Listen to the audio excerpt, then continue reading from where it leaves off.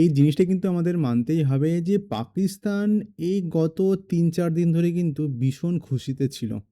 তাদের মনে একটা লাড্ডু ফুটেছিল যে বাই চান্স যদি এই পিস টকটা যদি সাকসেসফুল হয়ে যায়, তাহলে পাকিস্তানের যে একটা ইমেজ যেটা বহুদিন ধরে ভীষণ ডাউনে ছিল, সেটা বুস্ট হওয়ার একটা ভীষণ বড় চান্স ছিল। কিন্তু দুঃখের বিষয় এই পিস টকটা কিন্তু পুরোপুরিভাবে ফেল হয়ে গেছে। আপনারা হয়তো এতক্ষণে অলরেডি জেনেও গেছেন। এই নিউজটা সকালবেলাতে জেডি ভ্যান্স, আমেরিকার ভাইস প্রেসিডেন্ট, তিনি কিন্তু অলরেডি প্রেস কনফারেন্সে সবাইকে জানিয়ে দিয়েছেন। কিন্তু প্রেস কনফারেন্সে তিনি যখন এই বক্তব্যটা রাখছিলেন, তার সাথে কিন্তু তিনি কিছু চিন্তাদায়ক কথাও বলেছেন।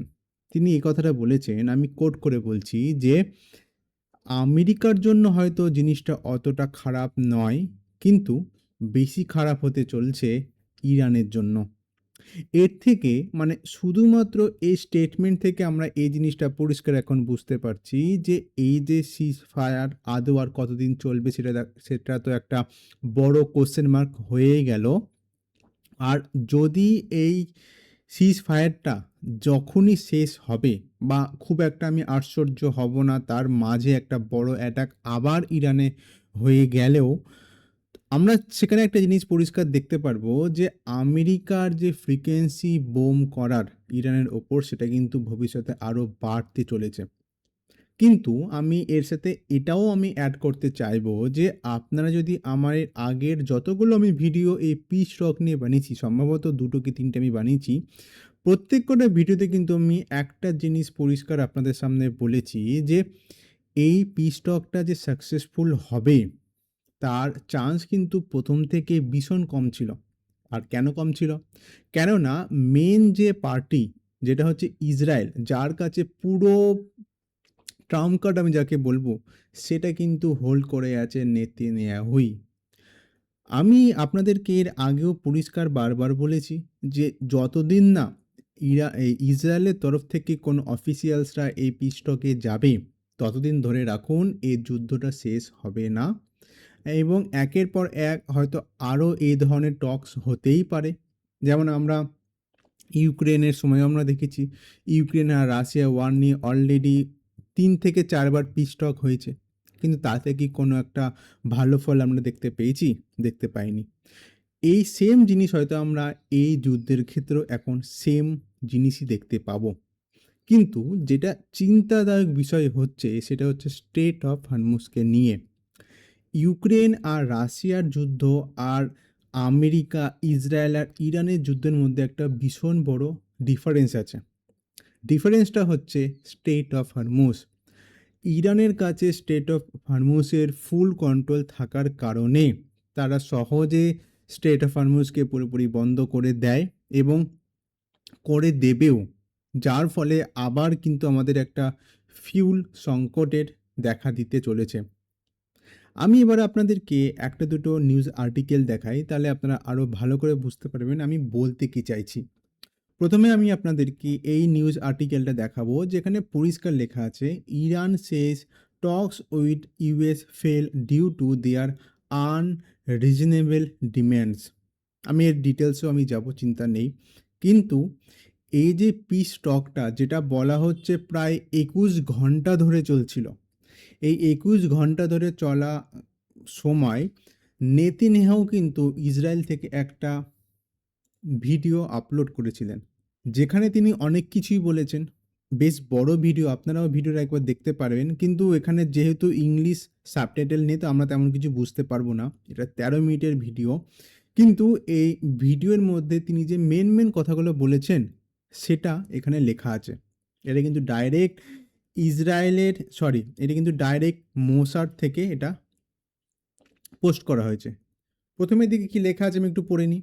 Deer citizens of Israel, dear my dear brothers and sister, the term of champion has come to an end, but it is already clear that we have historical achievements. I want to remember where we were. Iran tried to catch us off guard. In Hamas, Gaza, Hezbollah in Iran, Assad regime in Syria, the militants in Iraq, the foreigners in Yemen, Iran itself. They want to subdue us and we are subduing them. They are threatened with us destruction and now they are fighting to survive. We defeated them, we still have a lot to do. শুধু এই কথাতেই একটা জিনিস পরিষ্কার আমরা বুঝতে পারছি যে ইসরায়েল কিন্তু এখানে এই যুদ্ধটা শেষ করতে চাইছে না। তারা কিন্তু শুধু এখানেই নয়, এর সাথে বলছে যে এতদিন ধরে ইসরায়েলকে কিন্তু চারিদিক দিয়ে ঘেরাও করে তাদের উপর অ্যাটাক চালানোর প্রচুর চেষ্টা করা হয়েছে। যেমন গাজাতে হামাস, লেবাননে হিজবুল্লাহ, সিরিয়াতেও কিছু সংগঠন আছে, ইরাকেও কিছু মিলিটেন্টস আছে, ইয়ামেনেও আছে। আর ইরানের ক্ষেত্রে বলছে পুরোপুরি ইরানই ইসরায়েলকে অ্যাটাক করার চেষ্টা করেছে। কিন্তু যেটা মজার বিষয় হচ্ছে যে সেটাতে কিন্তু তারা পুরোপুরিভাবে ফেল হচ্ছে। বন্ধুরা, যে দিন আমরা দেখতে পারবো যে ইসরায়েলের কোনো অফিসিয়ালস এই পিস টকের জন্য যাচ্ছে, সেদিনই আমরা কিন্তু পরিষ্কার বুঝতে পারবো যে হ্যাঁ, এই যুদ্ধটা হয়তো এবার শেষের দিকে যাচ্ছে। কিন্তু এই পুরো পিস টকের সময় কিছু ইম্পর্টেন্ট কথাবার্তা তো হয়েছে, তো তার মধ্যে আমি একটা দুটো আমি আপনাদেরকে বলছি মেন পয়েন্ট, যেখানে বলা হচ্ছে যে মেন কথাটা ছিল যে ইরানে যে নিউক্লিয়ার ওপেন তৈরি করার জন্য যে তারা উঠে পড়ে লেগেছে সেটা পুরোপুরি বন্ধ করে দিতে হবে, যেটা আমেরিকার তরফ থেকে বলা হয়েছিল। এবং শুধু তাই নয়, সেটা তো বন্ধ করে দিতেই হবে, প্লাস ইন্টারন্যাশনালি কোনো সংগঠন এসে তারা রেগুলারলি ইন্সপেক্ট করবে যে যাতে করে ইরান এই ধরনের কোনো অপারেশন বা ফেসিলিটি তারা কন্টিনিউ করতে না পারে। এটা ছিল তাদের মেন এজেন্ডা।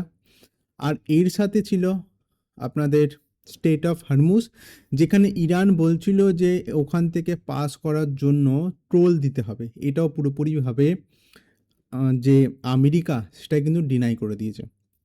এবার আপনারা যদি এর আগে মানে পিস টক হওয়ার আগে বা সিজ ফায়ার হওয়ার যে কারণটা মেন বলা হচ্ছিল, তখন কিন্তু যদি আপনারা ইরানে যে 10 পয়েন্ট তারা দিয়েছিল যে এই কারণ যদি হয় তাহলে তারা এই যুদ্ধটা শেষ করবে, সেখানে কিন্তু ইরান পরিষ্কার বলে দিয়েছিল যে যাই হয়ে যাক, ইরানের যে নিউক্লিয়ার ওপেন তৈরি করার যে অপারেশন সেটা কিন্তু কোনোদিনও বন্ধ হবে না।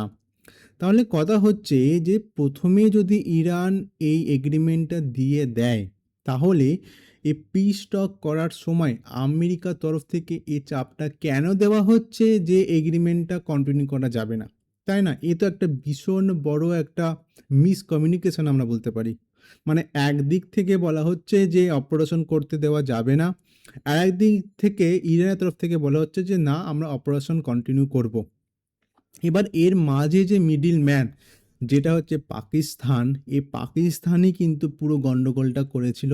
এর আগেও আমি এই ব্যাপারে আপনাদের একটুখানি হিন্ট দিয়েছিলাম যে এই পুরো পিস টক নিয়ে কিন্তু একটা বিশাল বড় মিসকমিউনিকেশন 100% হবে। কেননা পাকিস্তান একটা কথা আমেরিকাকে বলছে, আবার পাকিস্তান অন্য একটা কথা বলছে ইরানকে। এবার ডাইরেক্ট যেহেতু দুজনের মধ্যে কোনো ধরনের কথোপকথন হচ্ছে না, সেই কারণে এই ধরনের মিসকমিউনিকেশন হচ্ছে। আরও যে বাকি যে 10 পয়েন্ট ছিল, মানে আর যে বাকি 9খানা পয়েন্ট আছে সেই নিয়েও কথাবার্তা হয়েছে। ম্যাক্সিমাম তারা কিন্তু কোনো এগ্রিমেন্টই আমেরিকা মানতে চায়নি। কিন্তু যেটা চিন্তাদায়ক কথা হচ্ছে সেটা কিন্তু ট্রাম্পকে নিয়ে। এ পুরো আমেরিকা যে ইরানে ইনভেড করবে বা যুদ্ধ করবে, এই যে তাদের ডিসিশন নিল, এই ডিসিশন নেওয়ার পর কিন্তু ট্রাম্পের যে অ্যাপ্রুভাল রেটিং সেটা কিন্তু ভীষণভাবে কমে গেছে। আমি আপনাদেরকে আরেকটা নিউজ রিপোর্ট দেখাতে চাইছি, যেখানে আপনারা একবার খেয়াল করুন। এটা কিন্তু প্রেসিডেন্ট ট্রাম্পের অ্যাপ্রুভাল রেটিং দেখাচ্ছে, একদম লেটেস্ট 12 এপ্রিলে লাস্টটা আপডেট করা হয়েছে। আপনারা যদি একদম স্টার্টিংয়ের দিকে দেখেন, এটা কিন্তু 2025 দেখাচ্ছে, ঠিক আছে? 2025-এ কিন্তু ওনার অ্যাপ্রুভাল রেটিং ছিল 52%, আর এখন সেই অ্যাপ্রুভাল রেটিং নামতে, নামতে চলে গেছে প্রায় 40%, এমনকি 39% ও এই অ্যাপ্রুভাল রেটিংটা চলে গেছিল। কিন্তু যে পি স্টকের কথাটা এসছিল তারপরে একটুখানি অ্যাপ্রুভাল রেটিং তার ইমপ্রুভ হয়েছে। আর অন্যদিকে যেটা আরও বেশি চিন্তাদায়ক হচ্ছে সেটা হচ্ছে ডিসঅ্যাপ্রুভ। আমরা অলরেডি জানতে পারছি যে সামনেই কিন্তু মিড টার্ম ইলেকশন আমেরিকাতে হতে চলেছে এবং সেখানে কিন্তু ডোনাল্ড ট্রাম্পের একটা মানে চিন্তাদায়ক রিপোর্ট আসতে পারে। কেননা আমেরিকার নিজেদের যে জনগণ তারাই যদি ডোনাল্ড ট্রাম্পের সাথে অ্যাপ্রুভ না হন তাহলে বাকি বিশ্ব কিভাবে অ্যাপ্রুভ হতে পারে। এই বিষয় নিয়ে তো আরও আমরা ডিটেলস জানতে পারবো টাইমের সাথে। এই পি স্টক যদি এখন যেহেতু ফেল হয়েছে, ভবিষ্যতে হয়তো আরও নতুন নতুন পি স্টক হতেই পারে। কিন্তু বন্ধুরা, পি স্টক কিন্তু হাজারবার হতে পারে, হাজারবার। মানে এর আগেও আমরা দেখেছি, আমি একটু আগেই বললাম ইউক্রেন আর রাশিয়াকে নিয়ে। তাই এই যে ডাইরেক্ট পি স্টকের কথা হচ্ছে, প্রথমে হয়তো শেয়ার মার্কেট ওপরের দিকে যেতেও পারে। এই নিউজটা আসার পরে কিন্তু ভারতের শেয়ার মার্কেটও বেশ ভালো রিটার্ন দিয়েছিল। মানে একদিক থেকে হয়তো ভালো, অবশ্যই ভালো। আমাদের মার্কেট ভীষণ ডাউনে যাচ্ছিল ওই যুদ্ধ শুরু হওয়ার পর থেকেই। কিন্তু এখন যেই এই টকটা ফেল করেছে, আমরা কিন্তু আবার সামনে যে আমাদের মার্কেট খুলবে আবার হয়তো সেটা ডাউন ডিপ করতে পারে, যেটা কিন্তু মোটেও ভারতের জন্য ভালো হবে না। এ বিষয় নিয়ে তো 100% আরও নিউজ আমরা জানতে পারবো। আমার কাছে যখনই লেটেস্ট কোনো ইম্পর্টেন্ট জিওপলিটিক্যাল নিউজ আসবে আমি সেটার উপর আবার ভিডিও বানাবো। আপনারা যদি এতক্ষণ পর্যন্ত আমার এই ভিডিও দেখে থাকেন তাহলে অসংখ্য ধন্যবাদ। আবার দেখা হচ্ছে পরে এক কোনো ইম্পর্টেন্ট জিওপলিটিক্যাল নিউজের সাথে।